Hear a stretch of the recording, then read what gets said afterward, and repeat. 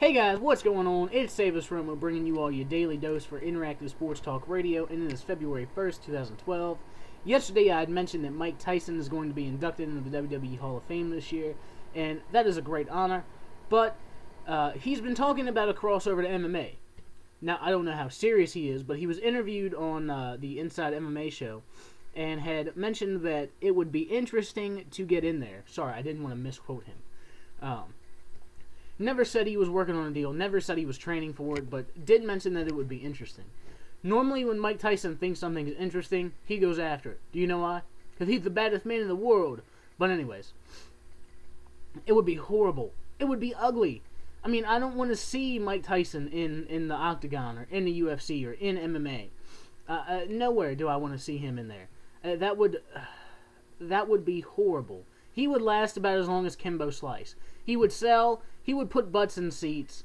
But that's about it. I mean, you know, Dana White could capitalize on this for the money, but I don't think that Dana White is all about that.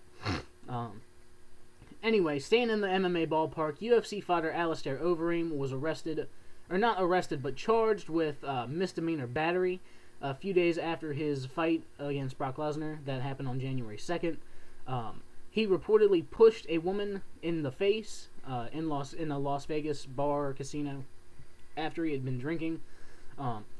Overeem was never arrested. He was only summoned to court and found guilty of this charge. So, you know, it is what it is. Just an example of, you know, UFC fighters, boxers, you know, not always being able to control their tempers, but he will get a chance in his heavyweight title fight coming up this year to fight someone his own size. Just saying. Moving forward, though, several Joe Gibbs Racing employees were treated for smoke inhalation after a fire caught at their team building in North Carolina. No employees were seriously injured. No damage to the building was caused. In fact, they were able to return to work within the hour after the fire caught. It was confirmed that the fire started after a machine ignited. No foul play, no nothing, just faulty equipment. Good to know, good to hear. Everyone's safe, everyone's fine. Hopefully, you know, Joe Gibbs Racing will have an even better year than they did last year, where they had Denny Hamlin and Kyle Busch make the chase. Hopefully things are looking forward for Joey Logano, who has been somewhat lackluster in his Cup career so far. He was called sliced bread because he was supposed to be the greatest thing since sliced bread when he ran the Nationwide Series, and hasn't completely lived up to that hype yet, but hey, he's still young. Next up, Peyton Manning states that he has no plans to retire.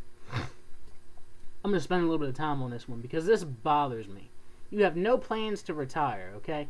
This is your easiest way out of the situation. You don't want to be fired. You don't want to be let go from Indianapolis. Jim Irsay doesn't want to make that call. Go ahead and retire. Sit a year. Sit a year and really fully heal up and come back next year. Pull a Brett Favre. No one will be mad at you, honestly, because you're not going to drag this out until training camp like Favre did.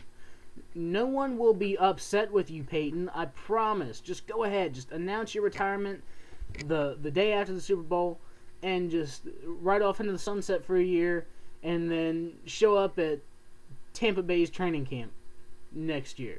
Next, you know, preseason or whatever. Maybe not necessarily Tampa Bay, but Kansas City. Joe Montana went to Kansas City after he left the 49ers.